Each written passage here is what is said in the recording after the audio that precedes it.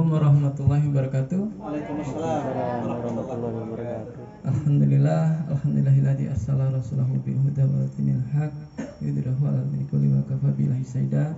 Asyhadu an la ilaha illallah, asyhadu anna Muhammadar Rasulullah. Allahumma shalli ala Muhammad wa ala ali Muhammad. Ma ba'du. Pertama-tama dan yang paling utama mari senantiasa kita panjatkan puji syukur kita kehadirat Allah Subhanahu wa taala yang mana pada kesempatan siang hari ini Bapak Ibu di kesempatan biasanya kita istirahat bubuk siang ya Bu ya. Tapi mudah-mudahan pada siang hari ini Bapak Ibu menginvestasikan waktunya untuk bersama-sama kita duduk membahas nanti organisasi yang sudah Ibu Bapak jalankan selama 2 tahun. Insya Allah nanti akan menjadi lembaga yang sesuai tadi arah sambutan dari Bu Desriani untuk membawa manfaat untuk kita semua. Amin. Ini mudah-mudahannya ya.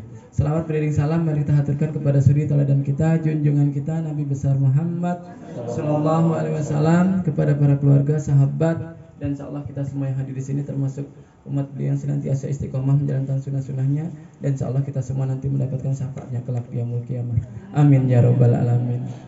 Baik, suatu kebanggaan alhamdulillah saya diundang di sini di Kemiling untuk bisa bersama-sama menyampaikan beberapa hal yang insya Allah baik. Kalau ada yang baik nanti tinggal diaplikasikan, kalau kurang baik ya tinggalkan saja. Insya Allah di sini saya coba akan menawarkan menyajikan, menyampaikan lembaga yang cocok sesuai dengan kita, lembaga keuangan yang sesuai dengan kondisi-kondisi kita. Sebelumnya saya perkenalkan diri terlebih dahulu, nama saya Sarwono, saya tinggal di Tikineneng, kecamatan di salah satu kabupaten Pesawaran. Kalau track recordnya kecamatan yang saya tinggalin itu jujur itu daerah blacklist karena emang secara kalau untuk lembaga pembiayaan, lembaga keuangan, karena banyak masyarakatnya yang kurang baik, jadi di beberapa leasing itu emang terkenal blacklist. Jadi kalau ngajukan pembiayaan motor, angsuran apapun biasanya kalau di daerah kami jarang di ACC karena emang wilayahnya kurang begitu maksimal, sehingga akhirnya kami berdiri ini ke tahun ke-14 dan alhamdulillah kita bisa mewarnai daerah tersebut dan justru lahir sebuah lembaga yang insya Allah nanti bisa menjadi kebanggaan masyarakat kami. Saya kebetulan dipercaya untuk ngelola koperasi sejahtera mandiri dari tahun 2014. Kalau yang mendirikan waktu itu saya dan teman-teman lulus kuliah, kebetulan waktu itu jurusan saya koperasi Bu. Jadi emang fokus benar-benar ekonomi koperasi.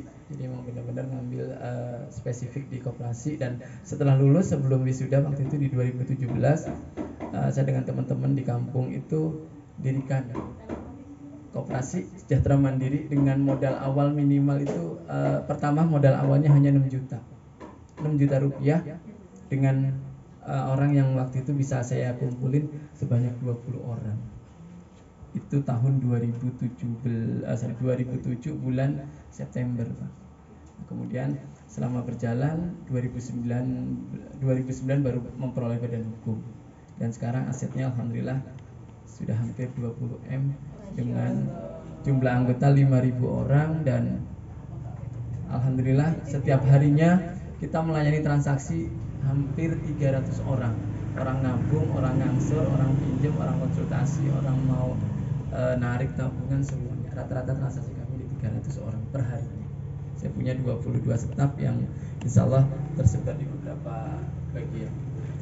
Di awal tadi disampaikan kalau dengar koperasi mungkin Bapak Ibu juga koperasi lah kayak gitu ya. Pasti yang terbesit di pikiran, alah kok jangan-jangan diapusi, itu pasti ya Bu ya. Banyak Jawanya bukan sih Bu di sini? Jawa ya. Saya campur-campur ya, kebetulan orang Jawa. Pasti gitu, itu image yang pertama sekali yang dulu kami di awal juga ngalami bahwa koperasi ini secara brand itu susah untuk dijual. Ya. Kenapa perbankan, kemudian ada lembaga-lembaga yang pribadi itu juga bisa tumbuh, tapi koperasi kenapa tidak? Koperasi kenapa jadi sulit untuk bisa berkembang gitu ya? Ternyata memang banyak faktor, banyak hal yang menyebabkan koperasi itu sendiri tidak bisa berkembang. Yang jelas di kami di Koperasi Sejahtera Mandiri Dulu kami ngembangin sekitar 2007, 20 orang itu ya komitmen. Modalnya nggak banyak, hanya 6 juta, dan waktu itu nggak sama. Ada yang punya uang 50.000, ada yang punya uang 1 juta, bahkan ada yang punya 500.000. Nah, kalau yang ibu bapak sekarang seragam modalnya atau beda-beda juga? Awalnya berapa? 10.000. Nah, jadi tapi yang melatar belakangnya sedikit berbeda. Jadi kalau kami berdasarkan kebutuhan, operasinya dibentuk dulu, baru kita mencari komunitasnya. Nah, kalau yang di sini ini luar biasa karena diketemukan dengan kegiatan yang insya Allah mulia Bapak Ibu. Setiap 1 bulan tadi saya dengar ada kegiatan tahsin, ada kajian. Nah, hal-hal itu yang mungkin lebih menguatkan. Karena selama ini permasalahan terbesar koperasi banyak yang bermasalah itu kan karena memang ya manusianya sendiri, karakternya yang memang susah diajak maju. Itu prinsipnya. Soalnya kalau emang terbentuk dari komunitas yang seperti ini luar biasa. Ini luar biasa sekali, dan saya yakin kalau semuanya sama, kemudian kita tahu persis. Kalau kami di awal itu 20 orang itu tidak tahu. Ada yang petani, ada yang pedagang, ada yang buruh, ada yang kuli. Tapi waktu itu kita namanya masih muda, yakin aja udahlah yang penting jalan gitu. Jadi waktu itu di 2007 kami jalan dengan modal yang 6 juta dengan orang 20 jalan. Dan alhamdulillah sampai hari ini 20M, dan setiap harinya kami bisa membukukan pendapatan itu sampai rata-rata di angka 20-an juta. Dan insya Allah nanti ibu-ibu mudah-mudahan ya, kalau kita benar-benar mengikuti dan kepingin lembaga organisasinya dibentuk menjadi sebuah koperasi, insya Allah ini juga sesuatu yang baik dan yang cocok dengan kita memang koperasi. Kalau di bank kami punya uang miliaran, tapi juga hanya sebatas kita punya uang dihargai. Kalau nggak punya uang perlakuannya juga sama kok. Itu kami di koperasi juga sebagian kan uang harus dititip di bank untuk menjaga likuiditas. Tetapi juga kemanfaatannya kurang maksimal Bapak Ibu. Ya. Kalau kami di Tinggi Rendang, uang kami itu paling banter sebenarnya kalau nggak di bank, itu paling banter hanya beda kecamatan Natar. Ada yang tahu kecamatan Natar? Di Lampung Selatan. Jadi uang yang ditabung di koperasi itu akan menyebar maksimal hanya beda kecamatan. Itu paling jauh. Tapi kalau uang ibu bapak ditabung di bank, bisa jadi dibawa ke Jakarta bahkan di luar negeri.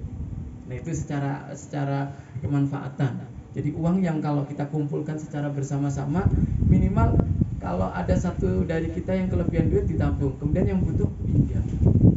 Itu kalau nanti pakai pola yang seperti itu ya. Tapi kalau di kami di KSM ini sudah memberikan pembiayaan semuanya berbentuk barang Bapak Ibu. Jadi dari bangun tidur sampai mau tidur lagi semuanya kita sediakan. Semuanya.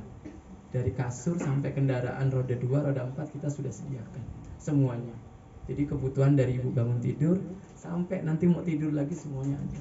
Jadi kalau saya silaturahmi ke anggota kami, bisa jadi mobilnya dari KSM, masuk ke dalam sofanya dari KSM, mau masuk ke dalam lagi spring bednya, kemudian perlengkapan elektroniknya mungkin bisa jadi dari kami.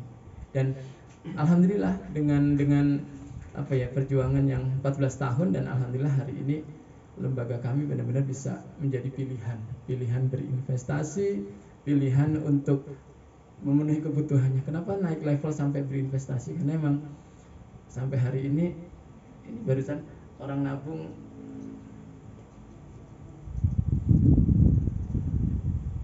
sekitar jam berapa tadi?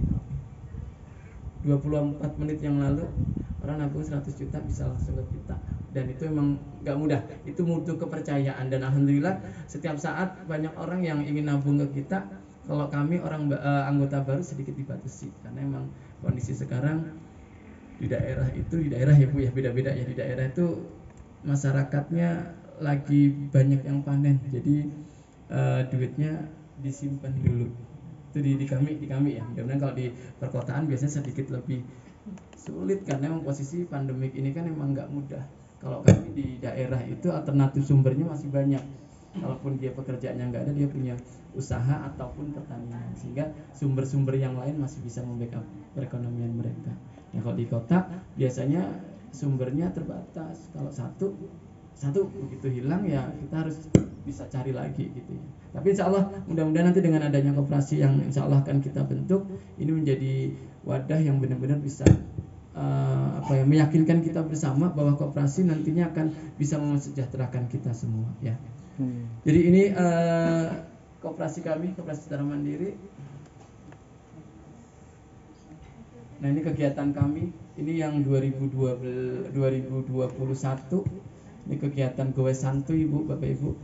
Ini yang setahun yang lalu ya. Kalau yang terbaru baru sekitar 2 minggu yang lalu kita mengadakan Jalan Sehat. Jadi keunggulan kalau koperasi itu, yang punya koperasi itu bukan yang punya duit, tapi yang gabung di koperasi. Saya kebetulan cuma dipercaya, bukan yang punya. Kalau yang punya saya kaya. Karena setiap bulan, setiap harinya menumbuhkan pendapatan. Kebetulan saya anggota yang ditunjuk untuk mengelola. Ya, jadi salah satu karakteristik koperasi itu bahwa pemilik koperasi itu sekaligus penggunanya. Jadi nanti Bapak Ibu kalau sudah dibentuk koperasinya nanti hari ini atau bulan depan, maka yang punya koperasi siapa? Bukan ketuanya, tapi kita semua. Hari ini seandainya ada 20 orang, maka 20 orang ini yang memiliki koperasi itu. Kemudian yang akan menggunakan, memanfaatkan koperasi itu sendiri siapa? Ya kita selaku anggota. Jadi kalau kita sudah sepakat berkoperasi, tapi nanti ibu bapak ada yang usak-usuk di belakang ternyata nggak sepakat, bahaya. Karena prinsip berkoperasi itu gabungnya harus berdasarkan sukarela dan terbuka. Itu prinsipnya, jadi tidak ada keterpaksaan. Nah hari ini diinisiasi, ada yang menginisiatif untuk bentuk koperasi. Nah ini harus atas persetujuan dari ibu bapak semua. Setuju tidak? Sepakat atau tidak? Kalau tidak ya maka masih berbentuk wacana. Tapi kalau sudah sepakat, setuju, insya Allah nanti akan kita sama-sama kita bantu. Bismillah, saya akan dampingi Bapak Ibu sampai benar-benar nantinya koperasinya bisa menjadi koperasi yang mandiri, berkualitas, dan insya Allah bermanfaat. Itu yang paling penting. Karena kalau mandiri tapi nggak bermanfaat buat orang lain juga percuma. Insya Allah nantinya akan memberikan manfaat buat kita semua. Ya. Kenapa koperasi? Ya ini yang cocok. Ya, ibu bapak kalau nabung 100.000 atau 10.000 di bank mungkin malu, nggak enak. Nah kalau di kami, di koperasi kami Sejahtera Mandiri, 5.000 pun kita terima. Tapi memang kebetulan seluruh marketing kami keliling dari rumah ke rumah Bapak Ibu. Jadi marketing kami itu berangkat jam 9, nanti pulang sekitar jam 3, setengah 3 atau maksimal setengah 4 batasannya. Itu mereka untuk menyapa anggota kami. Kenapa harus disapa? Ya karena koperasi milik anggota dan anggota yang punya, maka mereka harus diservis, diberikan pelayanan. Nah itu koperasi yang sudah kami jalankan. Walaupun 5.000 anggota, itu semuanya minimal 1 bulan sekali terkunjungi, minimal. Tapi rata-rata kalau dia yang rutin transaksinya, sebulan bisa 4 kali untuk bisa dikunjungi gitu ya. Ini gambaran supaya Bapak Ibu mindsetnya koperasi yang jelek-jelek di luaran sana yang ada di pikiran kita mulai hari ini sudah dihilangkan. Insya Allah emang ada koperasi yang seperti itu, tapi insya Allah mulai hari ini mindsetnya kita bangun bahwa koperasi kalau kita kelola bareng-bareng, kita bentuk bareng-bareng dan dengan niat karena ingin saling menolong, saling membantu, insya Allah nanti akan bermanfaat. Ya, niatnya itu dulu. Niatnya benar-benar kita ingin membuat koperasi yang nanti kita bentuk itu benar-benar bisa berkembang dan bisa bermanfaat buat kita semua. Ini toko kami Bapak Ibu, kami punya toko, kantor pelayanan sudah ada, toko kami juga ada, dan alhamdulillah bulan ini sekitar tanggal hari Kamis 2 minggu yang lalu kita baru grand opening untuk unit usaha baru, itu jual beli kendaraan roda 2 dan roda 4, dan alhamdulillah kemarin sudah diresmikan, dan insyaallah per hari ini tadi ada 7 unit motor Honda Beat second semua 2017 sampai dengan 2022, ditambah 3 unit mobil Avanza 2 sama Xenia 1 3, dan insyaallah nanti itu dalam rangka untuk memenuhi kebutuhan anggota. Dan insyaallah nanti koperasi ini namanya belum ada ya Pak ya?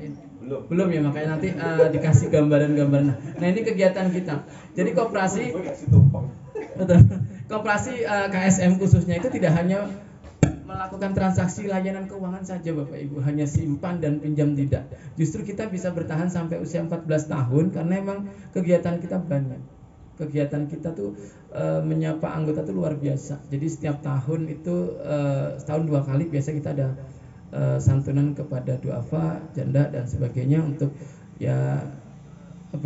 ikut meringankan beban saudara-saudara kita yang mungkin kesusahan. Itu dari sifat yang sosial. Kemudian dari sifat bisnisnya, kegiatan kita banyak, ada yang pernah kita sunat massal, kemudian bazar atau sembako murah itu setiap tahun. Bahkan sembako gratis itu setiap tahun kita kasih untuk 5.000 orang. Paket sembako gratis itu senilai 50.000 untuk 5.000 orang. Sehingga gabung koperasi manfaatnya apa, value-nya apa? Salah satunya dia setiap tahun minimal dapat sembako senilai 50.000. Itu minimal. Tapi dari bisnis ini tahun 2021 yang gabung di koperasi sekitar 5.000 orang, ada yang dapat keuntungan sampai dengan 15.500.000. Nabung, SHU-nya dikumpulin, setiap akhir tahun dibagi, Bu. Nah, ada yang dapat SHU sampai dengan 15 juta lebih. Ada yang 20.000 juga ada, karena masih baru dan tabungannya kecil, maka SHU-nya baru 20.000. Jadi kalau SHU itu akan diberikan berdasarkan partisipasinya. Nanti sistem yang hitung, tapi akan diberikan berdasarkan keaktifan menabung. Jadi nabung 10.000 rutin dengan nabung 20.000 pasti akan berbeda hitungannya. Dan keunggulan koperasi yaitu dari, oleh, dan untuk anggota. Kami hari ini ya kalaupun maju ya kembali lagi ke anggota. Ke negara adalah pajak 1-2 rupiah, tapi nggak banyak gitu ya. Tapi selebihnya akan kembali lagi ke anggota. Yang punya itu anggota, yang memberikan pendapatan anggota, dan kalau ada keuntungan juga akan kita kembalikan ke anggota. Jadi bukan ke saya. Saya dapat honor setiap bulan karena ngelola bisnisnya setiap harinya. Jadi saya hanya sebatas memperoleh honor. Tapi kalau keuntungan maka akan diberikan seutuhnya kepada anggota, dan nanti pada saat forum RAT akan dibagi. Nah, ini kegiatannya, dan insya Allah nanti koperasi yang insya Allah hari ini akan dibentuk, ini sudah sesuatu yang awalnya sudah sesuatu yang baik ya. Karena diawali dengan kegiatan-kegiatan yang insya Allah senangi, Allah sukai, dan insya Allah akan menghadirkan keberkahan di situ. Karena di situ kita belajar bersama, kita dengar kajian bersama, dan akhirnya karena kegelisahan-kegelisahan itu hidup sulit, maka yang bisa menolong kita ya hanya diri kita. Masa nunggu bantuan mulu gitu ya Bu ya, itu nggak akan selesai. Tapi yang bisa menolong diri kita ya hanya diri kita. Kesusahan kita yang bisa nolong ya kita. Orang lain tidak bisa. Justru banyak lembaga-lembaga keuangan yang datang katanya menawarkan solusi. Akhirnya malah menawarkan banyak masalah. Karena apa? Karena kita nggak hati-hati gitu ya. Makanya tadi kegelisahannya di luaran, di tempat kami juga ada Mbak Mekar, Mbak Kuntum, Mbak apapun itulah, Mbak ya. Nah itu luar biasa sekali banyaknya. Dan kalau kita apalagi ibu-ibu ya pasti mudah tergiur. Ini mudah tergiur. Nah, yang perlu diperhatikan ya, kita harus memastikan bahwa segala kebutuhan itu harus disesuaikan dengan kemampuan ya. Tapi kalau kebutuhan tidak mengukur kemampuan, atau kebutuhan tidak kita mengedepankan keinginan tanpa kebutuhan, maka yaitu nerimanya enak. Hari ini ada 2 juta, 3 juta diterima. Begitu bayar kita repot. Dan gak sedikit di tetangga kami ya akhirnya rumah tangganya bubar, asetnya hilang. Itu banyak Bapak Ibu. Fakta di daerah kami itu ada. Dan setelah ditelisik emang kalau data di kami karena blacklist, jadi kita nggak akan kasih. Sehingga mereka alternatif ke lembaga-lembaga yang koperasi, tapi juga hanya kedoknya aja koperasi, tapi badan hukum operasionalnya dia pakai usaha pribadi. Nah itu yang harus dihindari. Nah kalau di kami ya alhamdulillah Bapak Ibu, koperasi kami sudah tidak memberikan uang tunai tanpa ada portofolio yang jelas. Jadi pembiayaan kami murni hanya pembiayaan untuk jual beli. Kalau sirkah bagi hasil itu harus ada portofolio bisnis yang memadai. Ada beberapa teman kita yang punya usaha yang kita fasilitasi. Seandainya dia mengajukan 400, 500 juta atau 100 juta, itu dia harus benar-benar bisa mengajukan portofolio yang layak. Bisnisnya 3 bulan terakhir seperti apa. Kalau layak kita ACC, kalau enggak ya enggak. Karena kita hanya ngambil 1-2 rupiah, tapi beresiko uang kita hilang. Makanya kami kalau suruh milih lebih nyaman untuk pembiayaan yang sifatnya kebutuhan-kebutuhan pokok. Handphone, mesin cuci, kulkas dan sebagainya. Nah, laptop semuanya ya. Itu kemudian tadi dijelaskan pengertian dasar koperasi itu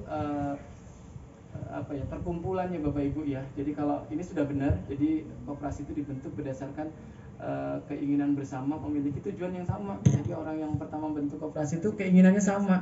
Jangan satu kepingin ke kanan, satu kepingin ke kiri, itu nggak ketemu. Ya, harus sama dulu.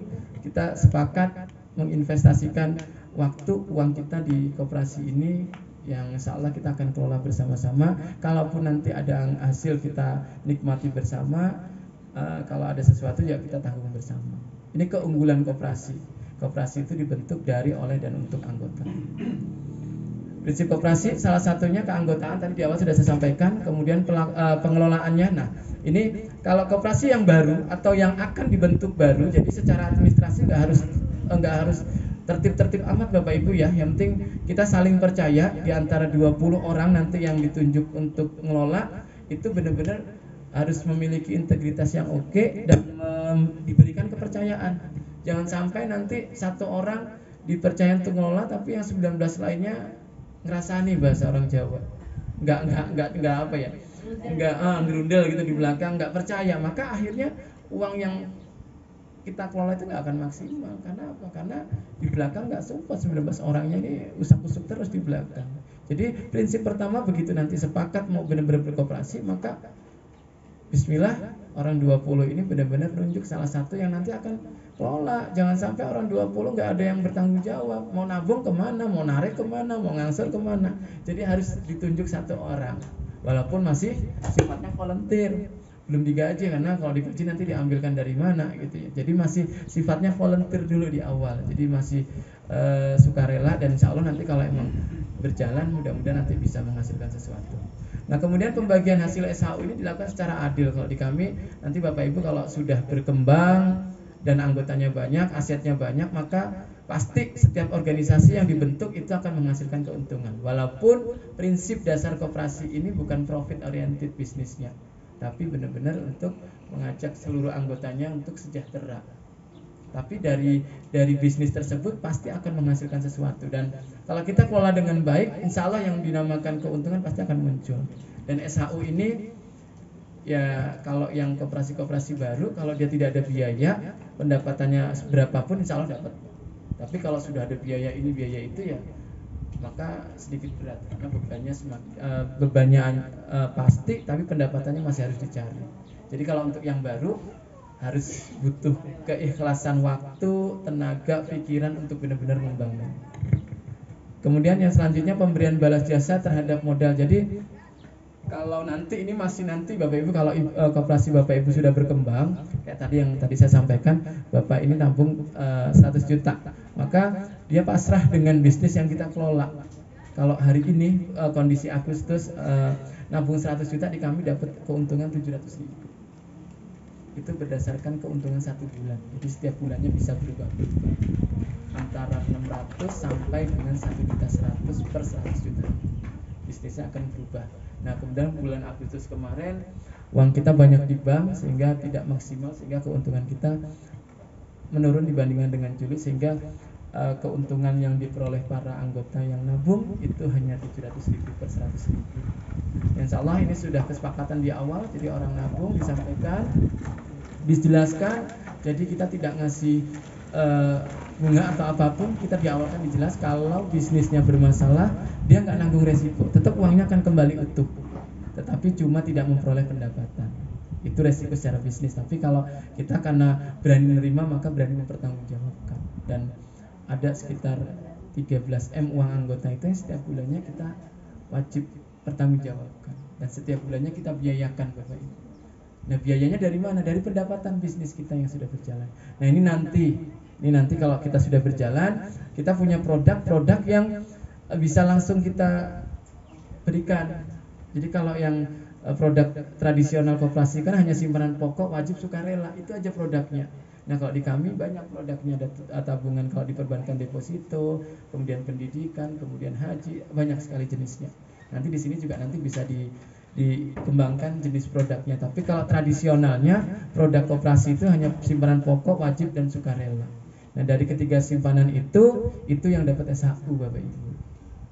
Yang tadi kami di awal dijelaskan bahwa kalau yang nabung ada yang dapat SHU 20 sampai yang terbesar 15 juta.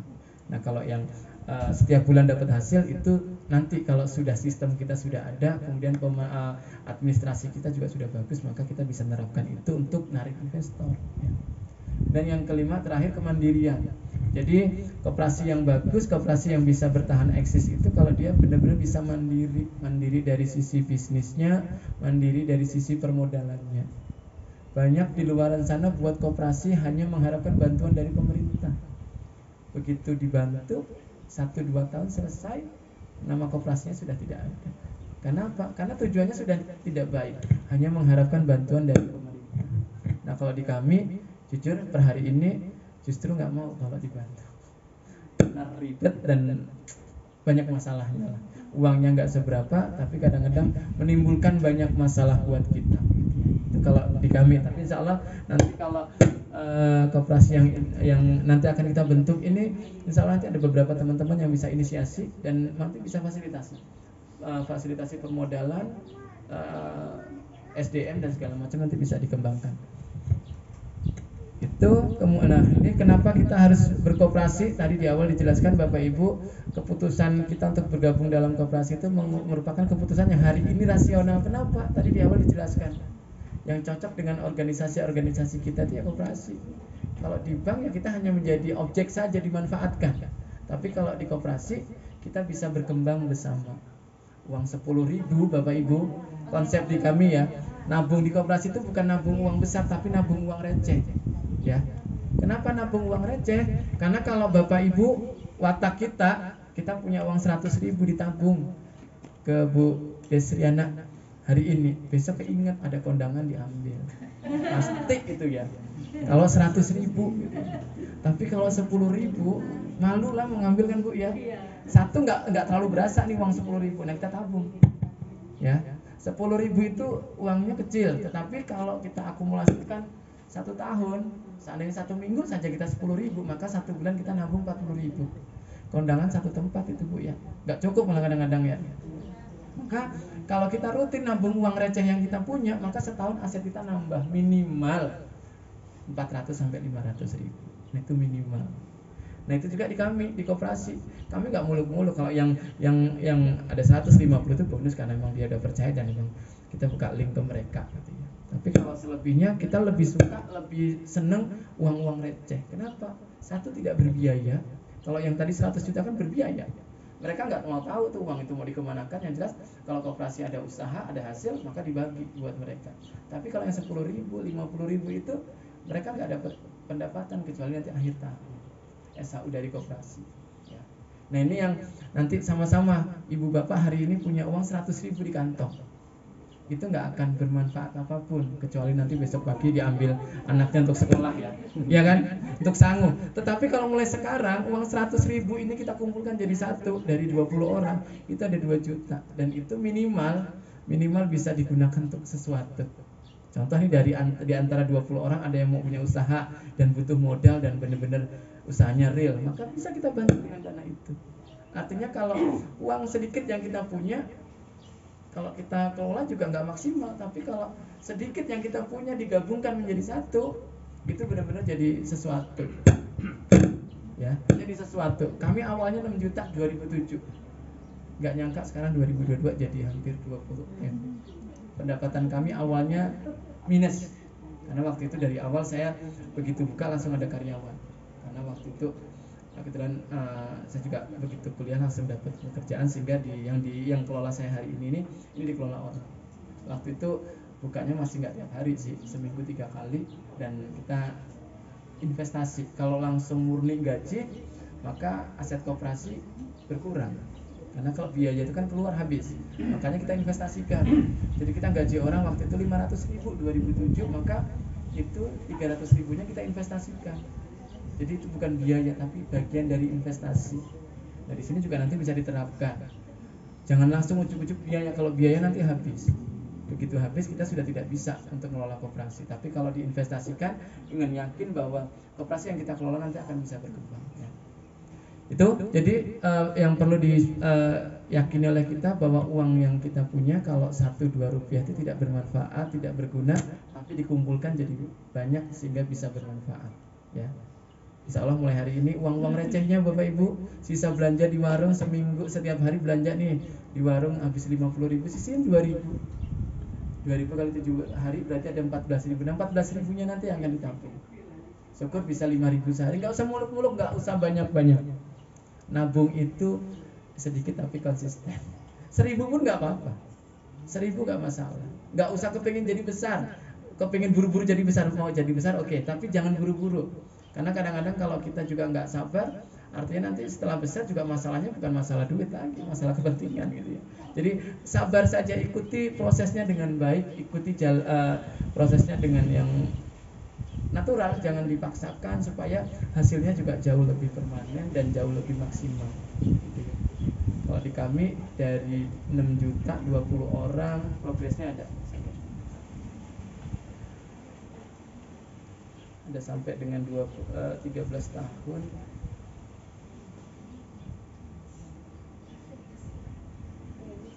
Ini Bapak Ibu, ini 2009 kami upgrade itu berdasarkan badan hukum Bapak Ibu ya. Jadi 2007 itu kami belum punya badan hukum, aset kami masih sekitar 6 juta, kemudian 2008 jadi berapa puluh, kemudian 2009 ini yang rada ratusan juta. 2009 anggota kita 268, asetnya 224 juta, yang dipinjemin ke orang itu ada 150 juta, sehingga SHU-nya setahun waktu itu 30 juta. Itu tahun 2009. Kemudian 2021 kemarin akhir tahun anggota kami sampai dengan Desember 2021 itu ada 4.639 orang, yang minjem itu ada 2.998 orang, kemudian asetnya ada 13,4, yang beredar di anggota, yang dipinjam dalam bentuk pinjaman ke anggota ada 9,6, dan SHU-nya ada 1,1 miliar. Ini yang kita bagikan tahunan. Dan tahun ini sudah berjalan, per Agustus kemarin SHU kami sudah 700 juta. Per Agustus masih ada 5 bulan, dan insya Allah nanti juga bertambah terus, dan mudah-mudahan target SHU kita 1,3 1 tahun sampai dengan 2022 ini. Nah, ini perkembangannya selama 13 tahun. Ini tahun ke-14. Ya, kalau lihat di grafik perkembangannya signifikan dari tahun ke tahun, pertumbuhannya lumayan bagus ya. Tapi kalau secara bisnis banyak hal-hal yang secara organisasi yang menjadi catatan sih, karena namanya bisnis dari kecil menjadi besar, besar menjadi besar lagi sampai benar-benar bertahan itu tidak mudah. Orang-orang yang ada di dalamnya juga pasti akan ya berbagai latar belakang. Dulu 20 orang kami anak-anak Risma, waktu itu 3 orang yang fokus, lainnya pokoknya ikut aja gitu. Tapi setelah berkembang, setelah ada angka, orang-orang baru masuk, dan namanya orang sudah bergabung kan punya kepentingan, punya ide, punya masukan, dan hal-hal seperti itu yang nanti harus kita antisipasi. Karena tetap aturan koperasi itu kan yang buat kita, ya, yang membuat aturan itu anggota. Tapi nanti untuk mengantisipasi, untuk membackup kalau sudah berkembang terus ada sesuatu hal yang nggak kita inginkan, minimal bentuk tim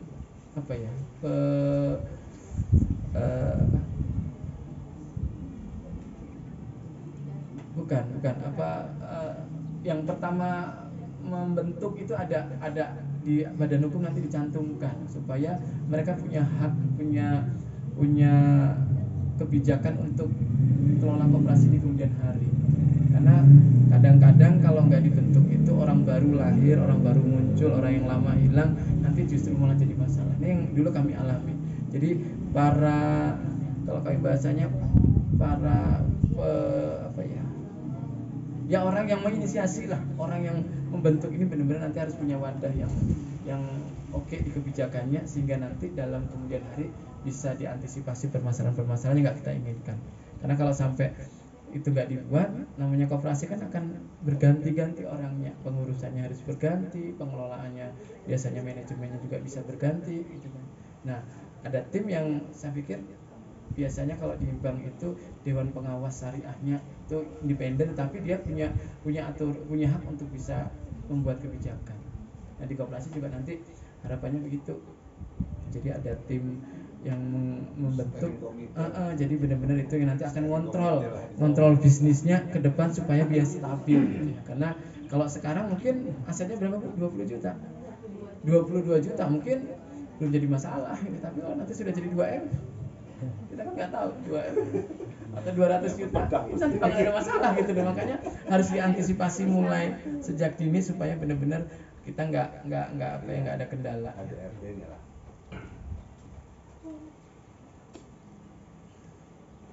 Itu kembali lagi di koperasi tadi, selain harus rasional, kita juga kalau berkoperasi itu akan menambah benefit atau manfaat. Tadi di awal sudah dijelaskan juga, uang 1 rupiah dipegang di kantong ibu itu tidak bermanfaat, tapi kalau dikumpulkan akan jadi punya manfaat. Nah ini salah satunya, ya, uang itu jadi besar. Nah sekarang ini bisnis apapun saya ngalami, kalau kita bisnis sendiri ini akan mudah digoyang, akan mudah jatuh dibandingkan dengan kalau bisnis sekarang ini join. Saya punya beberapa usaha terus join ternyata. Kalau bisnis sendiri itu namanya orang bisnis kan kadang pressure, kemudian tuntutan pemikiran segala macam kan berat. Sehingga kalau di saat bisnis kita nggak stabil dan cenderung rugi, maka kadang-kadang rusak mood kita, mental kita. Nah kalau join minimal kita nggak terlalu beban. Jadi sekarang ini kalau saya nerapkan beberapa teman-teman, bisnis itu join supaya biar nggak terlalu dipikirkan sendiri. Walaupun kadang-kadang harus cari mitra yang benar untuk berjoin ya. Saya punya beberapa itu selalu saya ada beberapa 5-6 orang, invest 100, 50, 10 juta, kita jalankan bareng-bareng, kelola bareng-bareng, awasi bareng-bareng, kembangin bareng-bareng. Sehingga jujur ya kalau ada hasil alhamdulillah, nggak ada hasil ya kita sabar aja gitu. Karena memang posisi bisnis kan seperti itu. Nggak mungkin bisnis itu akan berhadapan dengan hasil mulu gitu. Pasti akan menghadapi hal-hal yang mungkin terkadang kita sendiri nggak paham, nggak diduga-duga. Nah itu, nah ke depan sementara mudah-mudahan dengan kumpulnya kita siang hari ini dalam rangka untuk membuat usaha bersama, dan nanti bisa kayak seperti KSM, uangnya sudah ada dan kebutuhan bapak ibu kita akan cover. Oh si ibu A butuh laptop anaknya, di luaran banyak yang ngasih, tapi alangkah baiknya kita sendiri punya lembaga itu di sini. Dan insya Allah kalau kita mau dan kita komitmen bisa. Laptopnya harga 3 juta karena mau diangsur 10 kali, kita buat di sistem kita jadi 3.500.000. Maka yang 500 itu pendapatannya. Dan nanti itu pun akan kembali ke kita. Kalau ibu bapak lakukan pembiayaan di tempat lain, harga handphone 1 juta diangsur 10 kali jadi 1.200.000, maka yang 200 dinikmati oleh orang lain. Tapi kalau sekarang nanti bapak ibu kita komitmen di sini, maka uang itu nanti akan kita terima. Uang itu akan kita nikmati. Sepele kebutuhannya, tapi insya Allah bisa mengcover. Tapi ya itu harus komitmen. Jangan sampai nanti wayai ngangsur hilang. Harus benar-benar wayai ngangsur yang muncul gitu ya. Terlepas nanti nggak ada atau belum cukup, yang ngomong aja. Yang penting ini lembaga yang punya kita, yang ngatur kita, dan yang membesarkan juga harus kita. Tapi bukan kita yang ngancurin ya. Pokoknya kita sepakat harus kembangin. Jangan kita yang malah menghancurkan gitu ya. Jadi itu benefit itu yang nanti akan kita kembangkan terus. Kemudian di sini pertanyaannya, apakah koperasi menjadi salah satu alternatif badan usaha yang baik dibandingkan dengan badan usaha yang lain? Kalau kami sudah 20M ini ya, kami ngerasa gitu ya, kalau di bank itu kan kita hanya sebatas kita dihargai besar, diperlakukan lebih besar kalau aset kita, kualitas kita juga bertambah. Jadi kalau tabungan kita yang rata-rata biasa aja ya sudah, tidak ada perlakuan khusus, tidak ada sesuatu yang biasa gitu. Kecuali prioritas ya, kalau prioritas mungkin amit ngomong apapun kita di backup ya. Tapi kalau cuma anggota-anggota biasa, nah di koperasi kita bisa kelola uang yang ibu bapak titipkan itu jadi sesuatu yang luar biasa. Dan nggak ada bedanya. Ibu bapak mau nabung 10.000, 20.000, nanti datang ke sini itu dilayani. Dan nggak ada kosnya, nggak ada biayanya harus ke bank. Gitu. Nah ini nanti yang perlu kami yakinkan bahwa koperasi kalau benar-benar dikelola, dibentuk serius, saya yakin ini akan menjadi sesuatu yang hari ini mungkin baru sekedar wacana, tapi 1-2 tahun ke depan kalau ibu bapak 20 orang ini komitmen yang hadir di sini, saya yakin. Dulu kami masih belum seperti ini, masih cari orang mau gabung, jadi masih belum pikir tujuannya belum jadi satu, masih macam-macam. Satu ya udah saya pengen gabung koperasi, tapi ingat ya saya dipinjemin gitu kan. Ada yang ngancam gitu, ya udah boleh lah, nggak apa-apa, yang penting gabung dulu. Nah kalau di sini insya Allah ini sudah disatukan dengan wadah yang oke, dan saya yakin ini tinggal masalah waktu saja. waktu dan komitmen kita untuk membangun koperasi kita.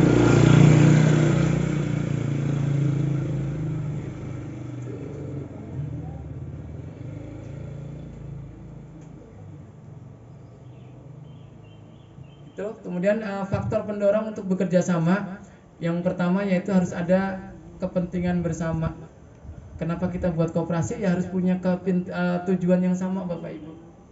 Jadi itu yang mendasari kenapa kita harus berkoperasi, karena salah satunya memang benar-benar kita ingin memberikan solusi kepada komunitas kita.